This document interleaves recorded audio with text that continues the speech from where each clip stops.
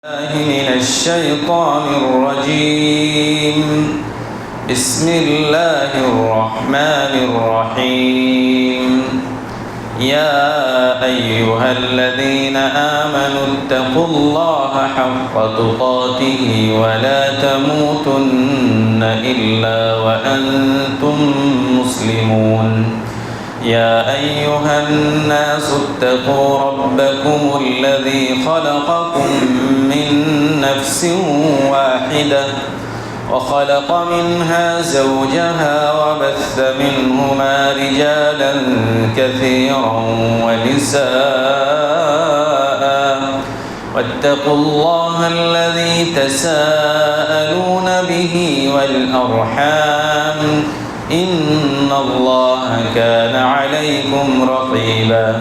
يا أيها الذين آمنوا اتقوا الله وقولوا قولا سديدا يصلح لكم أعمالكم ويغفر لكم ذنوبكم ومن يطع الله ورسوله فقد فاز فوزا عظيما.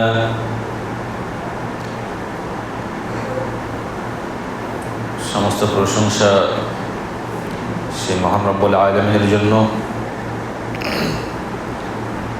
যিনি আমাদেরকে পবিত্র জুমার দিনে পবিত্র স্থানে একত্রিত হওয়ার তৌফিক দান করেছেন। তার প্রশংসার জন্য আমরা বলি আলহামদুলিল্লাহ। অতঃপর দরুদ ও সালাম বর্ষিত হোক নবী কুলের শিরোমণি তাজদারে মাদানী মুহাম্মদ রাসূলুল্লাহ সাল্লাল্লাহু আলাইহি ওয়াসাল্লামের উপর। আল্লাহুম্মা সাল্লি আলাইহি আল্লাহুম্মা বারিক আলাইহি আল্লাহুম্মা সাল্লি ওয়া সাল্লিম আলা নাবিয়িনা মুহাম্মদ।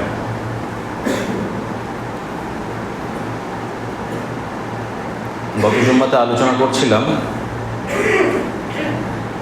ইবাদত কবুলের পূর্ব শর্ত। আমরা ইবাদত করি, তো ইবাদত যে করি তো তার আগে কিছু শর্ত আছে। তো প্রথম যে শর্ত নিয়ে আলোচনা করছিলাম সেটা হচ্ছে ইখলাসুন নিয়্যা। আমি যে কাজটা করছি সেটা খুলুসিয়াতের সহিত আল্লাহ তাআলার সন্তুষ্টির উদ্দেশ্যে কিনা, এই বিষয়টি নিয়ে আলোচনা করেছি। ও ব্যাপারে এখনো অনেক তথ্য আছে, ওদিকে আর যাচ্ছি না। আজকে যেটা বাকি থেকে গেছে সেটা হচ্ছে ইত্তেবাউস সুন্নাহ, রাসূলুল্লাহ সাল্লাল্লাহু আলাইহি ওয়াসাল্লামের অনুসরণ করা।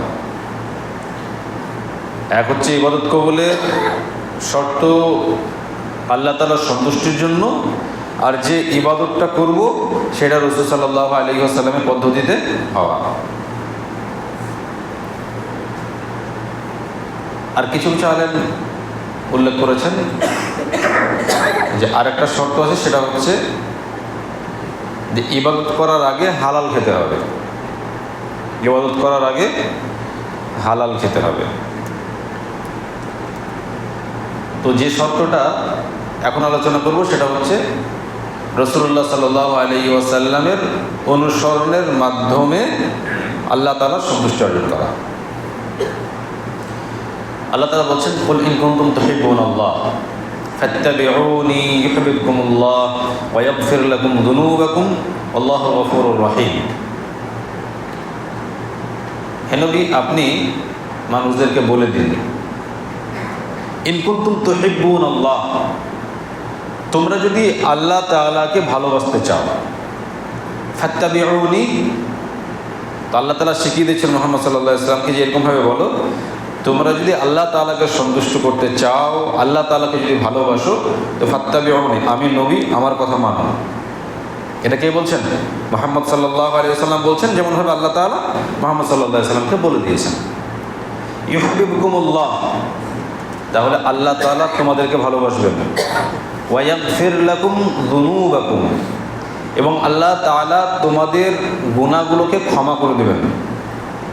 ওয়া ইয়াগফির লাকুম যুনুবাকুম আল্লাহু গফুরুর রহিম, আর আল্লাহ তাআলা তিনি ক্ষমাশীল এবং দয়াবান। কুল আতিউল্লাহ ওয়া রাসূল, হে নবী আপনি বলে দিন, আতিউল্লাহ ওয়া রাসূল, আল্লাহ এবং তার রাসূলের আনুগত্য করো। আল্লাহ এবং তার রাসূল যা বলেছেন সেই কথাগুলো মেনে চলো। ফাইন তাওয়াল্লাউ ফাইন্নাল্লাহা লা ইউহিব্বুল কাফিরিন, যে আল্লাহ এবং তার রসুলের আনুগত্য থেকে, আল্লাহ এবং তার রসুল সাল্লাল্লাহু আলাইহি সাল্লাম যা বলেছেন তা থেকে মুখে ফিরিয়ে নেয়, আল্লাহ তাআলা বলছেন ফাইন তাওয়াল্লাউ ফাইন্নাল্লাহা লা ইউহিব্বুল কাফিরিন, তো এরা হচ্ছে কাফের সম্প্রদায়, আর কাফের সম্প্রদায়কে আল্লাহ তাআলা ভালোবাসেন না। তাহলে আমরা যদি আল্লাহ তাআলাকে ভালোবাসবো এটা মনে করি, আর আল্লাহ তাআলা আমাদেরকে ভালোবাসেন এটা যদি মনে করি, যে আমি আল্লাহকে ভালোবাসি আর আল্লাহ আমাকে ভালোবাসুন, তাহলে আমাদের কাজ কি হবে অ্যাজ এ মুসলিম হিসাবে, যে আল্লাহ এবং তার রসুল যা বলেছেন প্রত্যেকটা কথাকে মাথা নত করে মেনে নেব। বিশেষ করে মুহাম্মদুর রাসূলুল্লাহ সাল্লাল্লাহু আলাইহি সাল্লাম যেভাবে আমাদেরকে চলতে বলেছেন, কারণ আল্লাহ তাআলা মুহাম্মদ সাল্লাল্লাহু আলাইহি সাল্লামকে বলেই দিচ্ছেন যে হে নবী তুমি বলে দাও ফাত্তাবিউনি, আমার অনুসরণ করো। আমার অনুসরণ করলে কি হবে? ইউহিব্বুকুমুল্লাহ, তাহলে আল্লাহ তাআলা তোমাদেরকে ভালোবাসবেন। আর যখন তুমি মুহাম্মদুর রাসূলুল্লাহ সাল্লাল্লাহু আলাইহি সাল্লামের অনুসরণ করবে, তখন আল্লাহ তাআলা তোমাদের অন্যান্য গুনাহ যদি থাকে তো সেগুলো ক্ষমা করে দেবেন। তাহলে আমাদের কাজ হচ্ছে প্রত্যেকটা বিষয়ে মুহাম্মদুর রাসূলুল্লাহ সাল্লাল্লাহু আলাইহি ওয়াসাল্লামের অনুসরণ করা, অনুকরণ করা। যদিও মানুষ মাত্রে আমাদের ভুল হয়ে যাবে, এটা স্বাভাবিক, কিন্তু সেটা কন্টিনিউ হবে না। আল্লাহ সাল্লাল্লাহু আলাইহি ওয়াসাল্লামের কোনো কথা সুন্নাত পালন করতে গিয়ে একটু এদিক সেদিক হয়ে গেল, পরবর্তীতে বুঝতে পেরে আবার ক্ষমা চেয়ে নিলাম, এটা ভিন্ন বিষয়। কিন্তু কোনো মানুষ কন্টিনিউভাবে মুহাম্মদুর রাসূলুল্লাহ সাল্লাল্লাহু আলাইহি ওয়াসাল্লামের যে অনুসরণ, তিনি যে কথাগুলো বলেছেন তার বাইরে গিয়ে কোনো কাজ করা একজন মুসলিমের কাজ হতে পারে না। আল্লাহ তাআলা সূরা হাশরের মধ্যে বলছেন মা আতাকুমুর রাসূলু ফাখুযুহু ওয়া মা নাহাকুম আনহু ফান্তাহু, রাসূল সাল্লাল্লাহু আলাইহি ওয়াসাল্লাম যা দেন সেটা গ্রহণ করো, ওয়া মা নাহাকুম আনহু ফান্তাহু, আর যা থেকে তিনি নিষেধ করেন তা থেকে দূরে থাকো। তাহলে রাসূল যেটা আমাদেরকে দিয়েছেন, যদি আমরা রাসূলের সৈনিক, আমাদের মধ্যে জনগণের মধ্যে কিছু রাসূলের সৈনিক আছে আর কিছু শয়তানের সৈনিক আছে।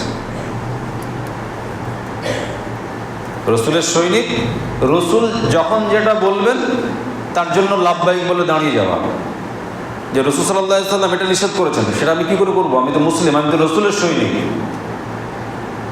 আর যারা শয়তানের সৈনিক, ওরা মাঝে মধ্যে রাসূল সাল্লাল্লাহু আলাইহি ওয়াসাল্লামের দলেও আসে, শয়তানের দলেও থাকে।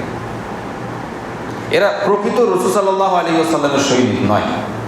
যেমন এখন ভারত পাকিস্তানের যুদ্ধ শুরু হয়েছে, এখন যদি ভারতের কিছু সৈনিক বলে যে আমি ভারতেরও সৈনিক আবার পাকিস্তানেরও সৈনিক, পাকিস্তানের সৈনিকগুলো যদি বলে যে আমি পাকিস্তানেরও আছি আবার ভারতেরও আছে, এরা যুদ্ধ হবে? এরকম করে কাউকে নির্বাচন করবে? কোনো সেনাকে রাখবে? তুমি ভারতের হয়ে লড়বে পাকিস্তানের বিরুদ্ধে। তো আমরা ঠিক এরকমভাবে আছি এখন, মানে কিছু কিছু ক্ষেত্রে আমরা বলছি যে আল্লাহ সাল্লাল্লাহু আলাইহি ওয়াসাল্লামের অনুসরণ করি, আল্লাহ রাসূলকে মেনে চলি, আল্লাহ রাসূলের প্রত্যেকটা কথাকে মেনে চলবো, তাহলে কথা অনুযায়ী রাসূলের সৈনিক, কিন্তু কাজে কর্মে আবার শয়তানের সৈনিক। শয়তানের দলে আমরা বেশি ভিড় জমাই। মুহাম্মদ সাল্লাল্লাহু আলাইহি ওয়াসাল্লাম তিনি যে আদর্শ আমাদেরকে দিয়েছেন, সেই আদর্শের বাইরে গিয়ে যখন আমার কোনো কাজ হবে যে কাজগুলো শয়তানের, তখন জানবেন যে আপনি রাসূল সাল্লাল্লাহু আলাইহি ওয়াসাল্লামের সৈনিক নন, আপনি শয়তানের সৈনিক। মা আতাকুমুর রাসূলু ফাখুযুহু ওয়া মা নাহাকুম আনহু ফান্তাহু, রাসূল সাল্লাল্লাহু আলাইহি ওয়াসাল্লাম যা তোমাদেরকে দেন সেটাকে গ্রহণ করো। কাজকর্ম থেকে আরম্ভ করে, ইবাদত বন্দেগী থেকে আরম্ভ করে, যত কিছু আদর্শ থেকে আরম্ভ করে সমস্ত কিছু মুহাম্মদুর রাসূলুল্লাহ সাল্লাল্লাহু আলাইহি ওয়াসাল্লামের অনুসরণ করো। আর যেটা নিষেধ করেন, সেটা যত ভালো কাজই হোক না কেন, তোমার যতই লাভের তুমি স্বপ্ন দেখো না কেন, সেটা রাসূল নিষেধ করেছে, সেটা আমি কি করে করবো? তাহলে তুমি রাসূল সাল্লাল্লাহু আলাইহি ওয়াসাল্লামের সৈনিক, রাসূল সাল্লাল্লাহু আলাইহি ওয়াসাল্লামের উম্মত বলে বিবেচিত হতে পারবে। আজকে মুসলমানদের উপরে এত আযাব, এত কুণ্ঠাসা, বিভিন্ন রকমভাবে অমুসলিমদের তরফ থেকে মুসলমানদের উপরে টর্চার, এটা কেন হচ্ছে? মানে যেদিকেই যাচ্ছে মুসলিমরা সেদিকেই মার খাচ্ছে। এখন যুদ্ধর নামে দেখা যাচ্ছে যে শেষ পর্যন্ত মুসলমানদের ক্ষতি হচ্ছে, চারিদিকে মুসলমানদের ক্ষতি। এই যে গতকালকে পুঞ্চে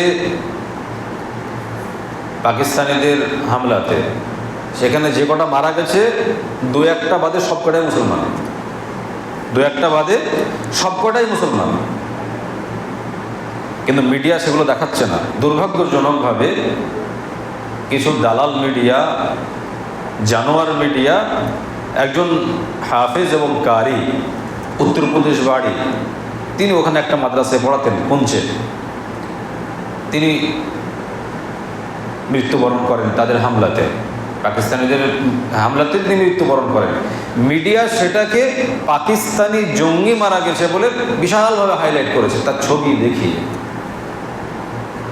তার মানে মুসলমানরা কোনো দিক থেকে নিরাপদ না, তাদের হামলাতে মরছে, মরার পরে সেই ভারতীয়কে জঙ্গি বলে, পাকিস্তানের জঙ্গি বলে সেটাকে নিউজ করছে। আল্লাহ তাআলা সূরা নূরের 63 নম্বর আয়াতে বলছেন, ফালইহযারিল্লাযীনা ইউখালিফুনা আন আমরিহি আন তুসীবাহুম ফিতনাহ আও ইউসীবাহুম আযাবুন আলীম। যে মানুষ মুহাম্মদুর রাসূলুল্লাহ সাল্লাল্লাহু আলাইহি ওয়াসাল্লামের বিরুদ্ধাচরণ করে, মুহাম্মদুর রাসূলুল্লাহ সাল্লাল্লাহু আলাইহি ওয়াসাল্লামের কথাকে অমান্য করে, তারা এই আশঙ্কা যেন করে, এই ভয় যেন করে যে তাদের কাছে কোনো আযাব, কোনো মুসিবত তাদেরকে গ্রাস করবে। এই আয়াতটা ছোট আয়াত, কিন্তু এর ব্যাখ্যা বিশ্লেষণ যদি করি তাহলে আমরা সহজেই অনুমান করতে পারবো যে আমরা মার খাচ্ছি কেন। চারিদিক থেকে মার খেয়ে আবার আমরাই জঙ্গি, আমরাই মারছি জঙ্গিদেরকে, আবার আমরাই জঙ্গি হয়ে যাচ্ছি। আমরা জঙ্গির বিরুদ্ধে কোরআনের যে বিস্তারিতভাবে বর্ণনা আছে সেই সব বর্ণনা দিচ্ছি যে ইসলাম কোনোদিন অন্যায়ভাবে কাউকে হত্যার সাপোর্ট করে না, সমর্থন করে না, সে মুসলিম হোক আর অমুসলিম হোক। এগুলো ক্লিয়ার করার পরেও যারা বলছে, তারা যখন মৃত্যুবরণ করছে তো তাদেরকে বলা হচ্ছে জঙ্গি। তো এটা এক ধরনের আযাব। ফালইহযারিল্লাযীনা ইউখালিফুনা আন আমরি আন তুসীবাহুম ফিতনাহ আও ইউসীবাহুম আযাবুন আলীম। যারা আল্লাহ রাসূল সাল্লাল্লাহু আলাইহি ওয়াসাল্লামের বিরুদ্ধাচরণ করে, আল্লাহ রাসূল সাল্লাল্লাহু আলাইহি ওয়াসাল্লামের কথাকে অমান্য করে, তাদেরকে যেন কোনো আযাব, কোনো মুসিবত যেন গ্রাস না করে, এই ভয় যেন তাদের মধ্যে থাকে। আজকে বিভিন্ন রকমভাবে মার খাওয়ার পিছনে, বিভিন্ন রকমভাবে আমরা অত্যাচারিত হচ্ছি, এর পিছনে যে মূল কারণ সেটা হচ্ছে মুহাম্মদুর রাসূলুল্লাহ সাল্লাল্লাহু আলাইহি ওয়াসাল্লামের আদর্শ থেকে আমরা নিজেকে দূরে রেখেছি। কোনো আদর্শ আমাদের মধ্যে নেই, না ইবাদতের ক্ষেত্রে, না চলাফেরার ক্ষেত্রে, না কথাবার্তার ক্ষেত্রে, কোনো ক্ষেত্রেই মুহাম্মদুর রাসূলুল্লাহ সাল্লাল্লাহু আলাইহি ওয়াসাল্লামের আদর্শ আমাদের মধ্যে বিরাজ করছে না।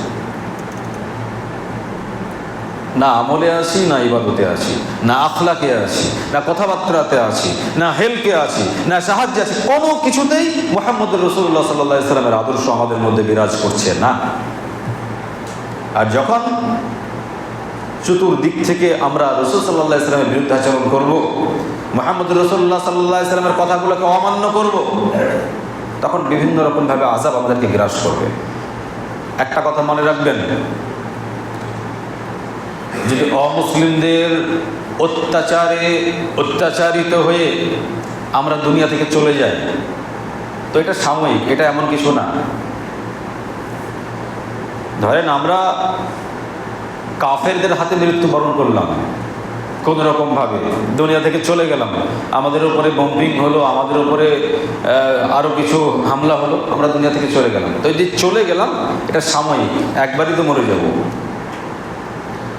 কিন্তু কোনো মানুষ যদি আল্লাহ এবং তার রসুলের কথাকে অমান্য করে জীবনযাপন করে, তাহলে মরার পরে তার অনন্তকাল শুধু হামলাই হবে তার উপরে, ওই হামলার কোনো শেষ নাই।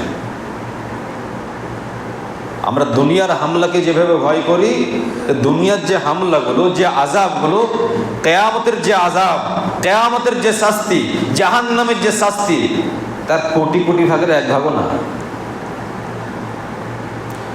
তো দুনিয়ার আযাবের যে ভয় আমরা করি, তো এই ভয়কে, এই আযাবকে ভয় না করে যদি আখিরাতের আযাবকে ভয় করি, তাহলে আমরা দুনিয়ার আযাব থেকেও বাঁচতে পারবো, আখিরাতের আযাব থেকেও বাঁচতে পারবো। ধরেন দুনিয়াতে আমাদের উপরে কোনো রকমভাবে হামলা হবে, কোনো রকমভাবে আমরা ক্ষতিগ্রস্ত হব, তো এটাকে ভয় না করে আমরা সরাসরি ভয় করছি আল্লাহর আযাবকে। আর আল্লাহর আযাবকে যখন ভয় করবো তখন তো আমি পাপ করবো না। আল্লাহর আযাবকে যখন ভয় করব তখন তো আমি ইবাদত না করে থাকবো না, যথাসময়ে নামাজ আদায় করব, যথাসময়ে যেটা করা দরকার সেটা করব, আল্লাহ বিরোধী কোনো কাজ করব না, রসুল বিরোধী কোনো কাজ করব না। এটাই তো আমার মধ্যে হবে। আর যখন এটা আমার মধ্যে হবে তখন অটোমেটিকলি আল্লাহ তাআলার সাহায্য আমাদের কাছে আসবে।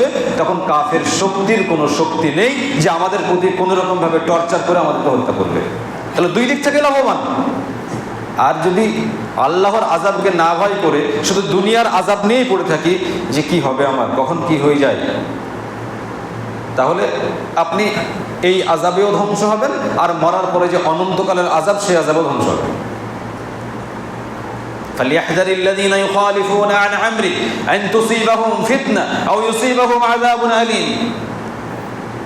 যে মানুষ রাসূল সাল্লাল্লাহু আলাইহি ওয়াসাল্লামের কথাকে অমান্য করে, কথাকে মেনে চলে না, তাদের এই ভয় করা উচিত যে কোনো শাস্তি, কোনো বিপর্যয় তাদেরকে যেন গ্রাস না করে।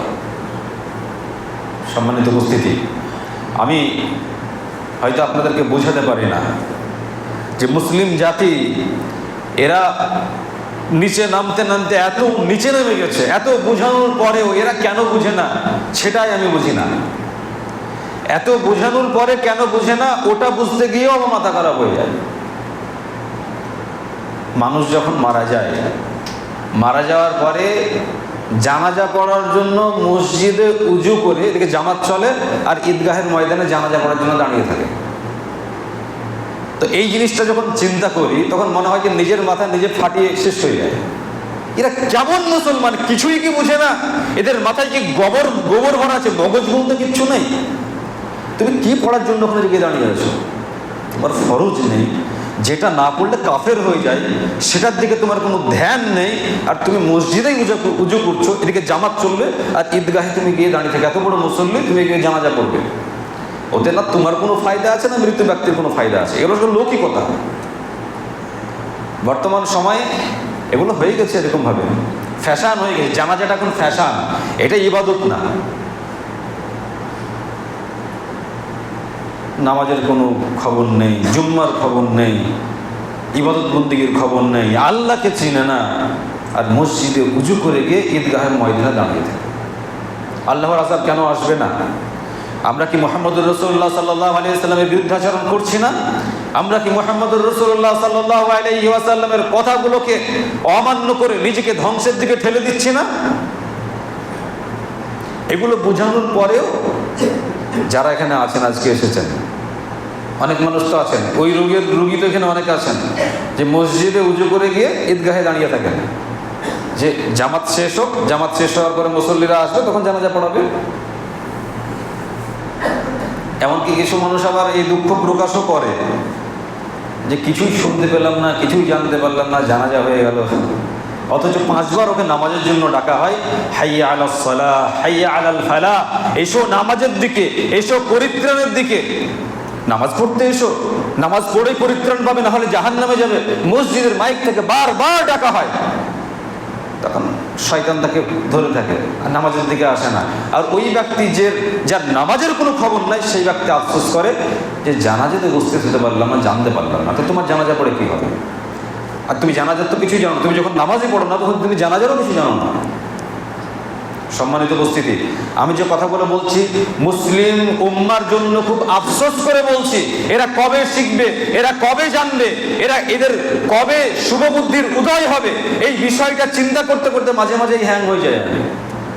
এদেরকে এত বোঝানোর পরে কেন বোঝেন? যে জিনিসটা করা জরুরি সেই জিনিসটাকে বাদ দিয়ে অন্য জিনিসের পিছনে পড়ে থাকে। সম্মানিত উপস্থিতি, সময় থাকতে সময়ের মূল্যায়ন করুন। فليحذر الذين يخالفون عن امره ان تصيبهم فتنه او يصيبهم عذاب اليم। जो लोग हमारे रसूल के हुक्म की मुखालिफत करते हैं उनको डरना चाहिए कि कोई मुसीबत या दर्दनाक आजाब उनको ना पहुंच जाए। মানুষের এই ভয় হওয়া উচিত যে যখন আমি আল্লাহ রাসূল সাল্লাল্লাহু আলাইহি ওয়াসাল্লামের বিরুদ্ধাচরণ করছি তখন ভয়ঙ্কর শাস্তি, ভয়ঙ্কর আযাব আল্লাহ তাআলার তরফ থেকে এসে আমাদেরকে গ্রাস করবে। কিছু কিছু মানুষ আছে এত বলার পরেও এদের মনের কোনো পরিবর্তন হয় না, যেমন থাকার তেমনি থেকে যায়। এরা হচ্ছে অহংকারী। আপনারা আবু জাহেলের নাম শুনেছেন? নাম শুনেন না আবু জাহেলের? যারা কিছু জানে না তারাও আবু জাহেলের নাম জানে, যারা সূরা ফাতিহা জানে না তারাও আবু জাহেলের নাম জানে। আবু জাহাল যখন বদরের প্রান্তে যখন ওকে হত্যা করা হচ্ছে, দুজন বাচ্চা ছেলে রাসূল সাল্লাল্লাহু আলাইহি ওয়াসাল্লামের কাছে বলছে, আল্লাহ রাসূল ওকে হত্যা করবো। রাসূল বাচ্চা ছেলে তোমরা, তো ওরা দুজন মিলে ওরা আবু জাহালকে মানে আঘাত করে, তরবারির আঘাত করে।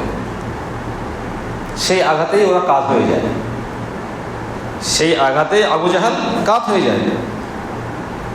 তখন আব্দুল্লাহ ইবনে মাসউদ উনি এসে দেখলেন আবু জাহেলের অবস্থা খুব খারাপ, জান যায় যায় অবস্থা।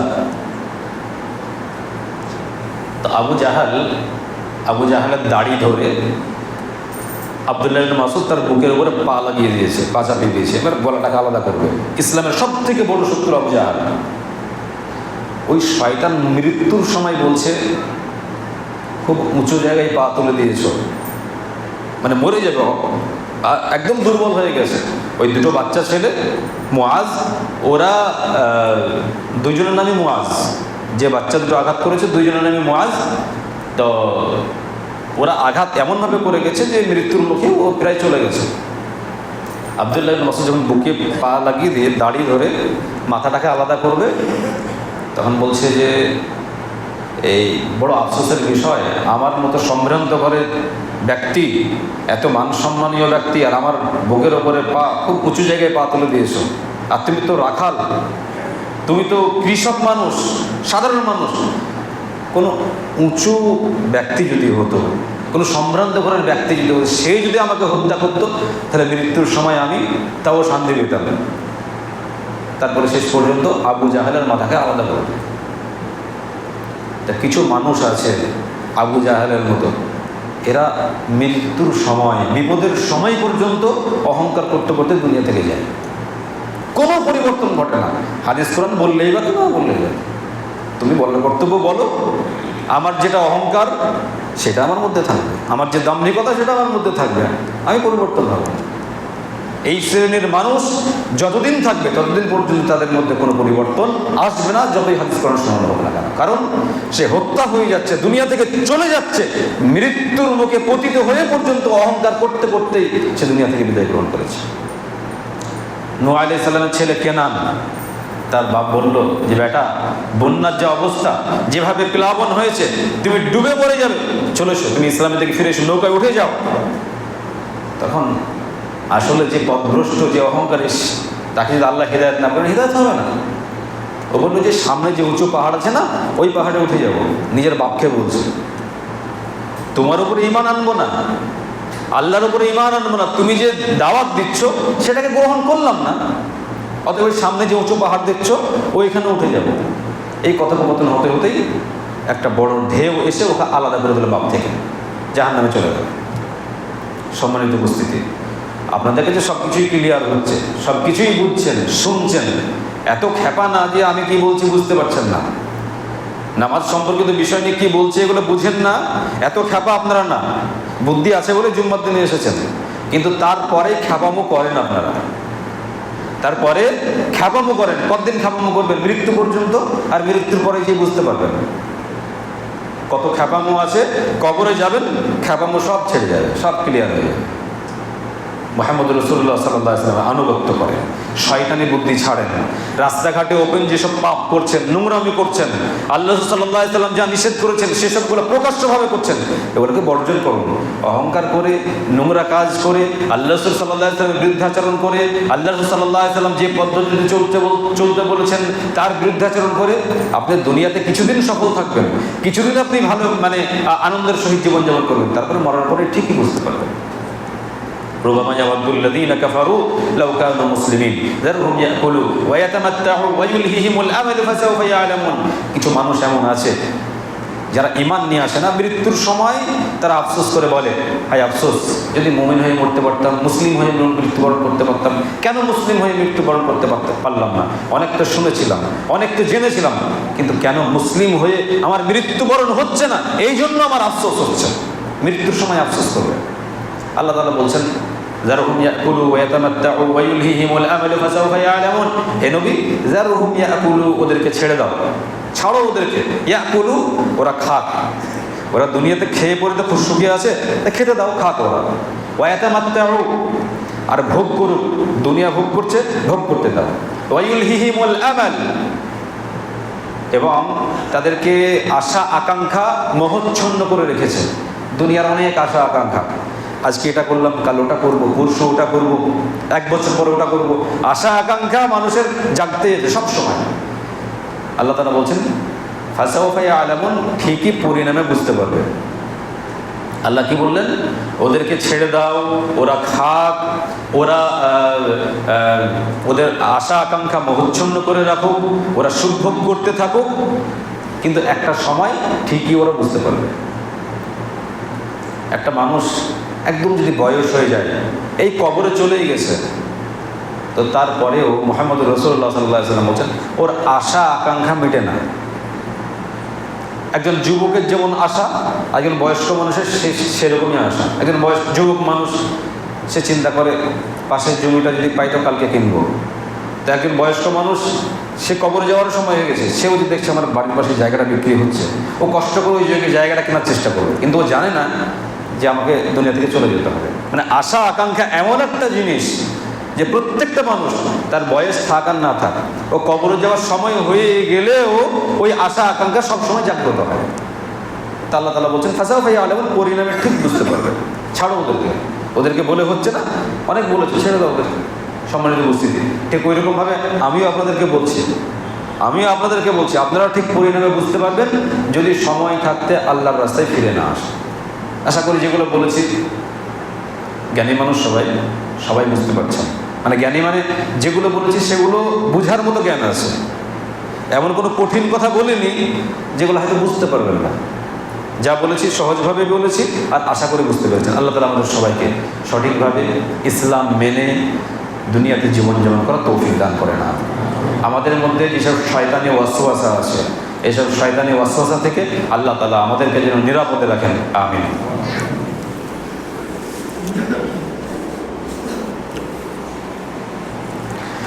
আলহামদুলিল্লাহি রাব্বিল আলামিন, ওয়াসসালাতু ওয়াসসালামু আলা রাসূলিহি মুহাম্মদ ওয়া আলা আলিহি ওয়া আসহাবিহি আজমাইন। আউযু বিল্লাহি মিনাশ শাইতানির রাজীম। ইন্নাশ শাইতানা লাকুম আদুউন ফাত্তাখিযুহু আদুওয়া ইন্নামা ইয়াদউ হিজবাহু লিয়াকুনু মিন আসহাবিস সাঈদ। ইন্নাশ শাইতানা লাকুম আদুউন ফাত্তাখিযুহু আদুওয়া। আল্লাহ বলছেন যে শয়তান হচ্ছে তোমাদের দুশমন। ইন্নাশ শাইতানা লাকুম আদুউন, শয়তান তোমাদের জন্য দুশমন। ফাত্তাখিযুহু আদুওয়া, শয়তানকে দুশমন হিসাবেই তোমরা জানো। ইন্নামা ইয়াদউ হিজবাহু, নিশ্চয় শয়তান তার দলবলকে আহ্বান করে, ডাকে, লিয়াকুনু মিন আসহাবিস সাঈদ, যাতে করে শয়তান তাদেরকে জাহান্নামী বানাতে পারে, জাহান্নামের দিকে নিয়ে যেতে পারে। আল্লাহ তাআলা আমাদেরকে একদম স্পেশালভাবে বলে দিচ্ছেন, স্পেশালভাবে আল্লাহ বলে দিচ্ছেন যে শয়তানকে শয়তান হিসাবেই জানো, আর তোমাদের দুশমন শয়তান। আর শয়তান তার দলবল, মানে ধরেন আপনি গান শুনছেন, তাহলে আপনি শয়তানের দলবলে আছেন। আপনি বোম ফাটাচ্ছেন, এখনও তো এলাকাতে বিয়েতে এই বোম ফাটানো, ফটকা ফাটানো, এটা ফ্যাশন হয়ে গেছে, কিছুদিন ছিল না, এখন আমরা দেখছি খুব ফাটাফাটি হচ্ছে এগুলো।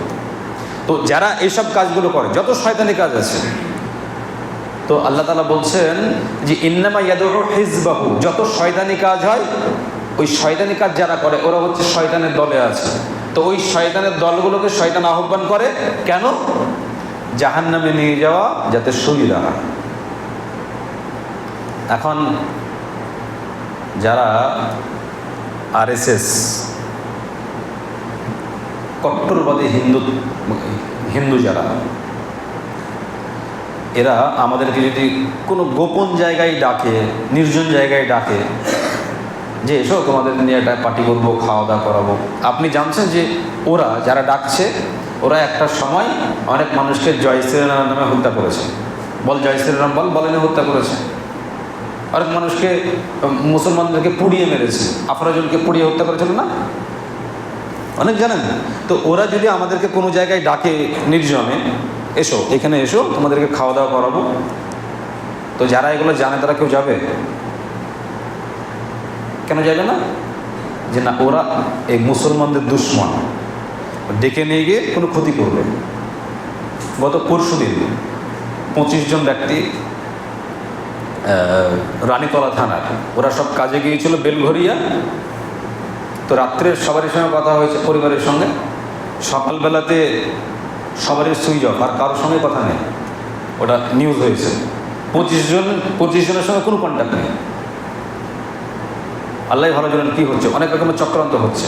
তো যারা চক্রান্ত করছে, তো তারা যদি আমাদেরকে কোথাও ডাকে তো আমরা কি যাব? কারণ গেলে তো আমাদের মধ্যে আমাদের খাতরা আছে, আমাদের ভয় আছে, আশঙ্কা আছে যে কিছু আমাদের করবে। তো আমরা দুনিয়ার শত্রু যারা, এদেরকে ভালোভাবেই চিনছি। তো তার থেকেও বড় শত্রু ওরা নাই দুনিয়াতে আমাদেরকে হত্যাই করে দেবে। ডাকলো, হঠাৎ করে তাদের ফাঁদে পড়ে গেলাম, মেরে ফেলে দিল। ঈমান থাকলে তো জান্নাত যাবো। কিন্তু তার থেকে বড় শত্রু কে? শয়তান। শয়তান চায় যে চিরস্থায়ীভাবে বেটা জাহান্নামে থাকো। তো আল্লাহ তাআলা বলছেন ইন্নাশ শাইতানা লাকুম আদুউন, শয়তান হচ্ছে তোমাদের একদম প্রকাশ্য দুশমন। তোমাদের প্রকাশ্য দুশমন কেন? যে তোমাদেরকে বিভিন্ন রকমের হারাম কাজে ঢুকিয়ে দিয়ে চিরস্থায়ীভাবে জাহান্নামে রাখার ব্যবস্থা করবে। খবরদার শয়তানের ফাঁদে পা দিও না। শয়তান শুধু তার দলবলকে ডাকার চেষ্টা করে জাহান্নামে নিয়ে যাওয়ার জন্য। অতএব ওই দল বলে তোমরা যেও না। অতএব আমরা যারা এখানে উপস্থিত আছি প্রত্যেকেই আমরা নিজের বুকে হাত দেব। খুতবা শুনেই তো হড়হড় করে নেমে চলে যায়, কিছু বোঝারই চেষ্টা করিনি, কখন ছাড় পাবো তাড়াতাড়ি বেরিয়ে যাবো। বোঝার চেষ্টাও করি না, জিজ্ঞাসাও করি না বিবেককে যে কী শুনলাম, আসলে কি আমরা ঠিকভাবে চলাফেরা করছি, কেউ বোঝার চেষ্টা করে। প্রত্যেকটা মানুষ যদি চিন্তা ভাবনা করে যে আমি নামাজ পড়িনি, তার মানে আমি শয়তানের দলে আছি। আমি মদ খাই, তার মানে শয়তানের দলে আছি। আমি গান বাজনা শুনি, আমি ক্যারাম, লুডো, ফ্রি ফায়ার এইগুলো খেলি, তার মানে আমি শয়তানের দলে আছি। এবার যদি আপনার মনে হয় যে শয়তানের সঙ্গে জাহান্নামে থাকবো, আপনি যা ইচ্ছা তাই করেন, আপনার জন্য কোনো উপদেশ নেই। আর যদি মনে করেন মুহাম্মদুর রাসূলুল্লাহ সাল্লাল্লাহু আলাইহি ওয়াসাল্লামের সঙ্গে জান্নাতে থাকবো, তাহলে আপনার জন্য উপদেশ আছে। সেটা হচ্ছে আপনি শয়তানের যত কাজ আছে এই কাজগুলোকে বর্জন করে মুহাম্মদুর রাসূলুল্লাহ সাল্লাল্লাহু আলাইহি ওয়াসাল্লামের অনুসরণ করেন, যার মাধ্যমে আপনি জান্নাত লাভ করতে পারবেন। আশা করি আপনাদের কাছে বিষয়টা ক্লিয়ার হয়েছে। আল্লাহ তাআলা আমাদের সবাইকে সঠিকভাবে ইসলাম মানার এবং মুহাম্মদুর রাসূলুল্লাহ সাল্লাল্লাহু আলাইহি ওয়াসাল্লামের আনুগত্য করার তৌফিক দান করেন। আমিন। আকুলু কওলি হাযা আস্তাগফিরুল্লাহ লি ওয়া লাকুম ওয়া লিসাইরিল মুসলিমিন। والسلام عليكم ورحمة الله وبركاته.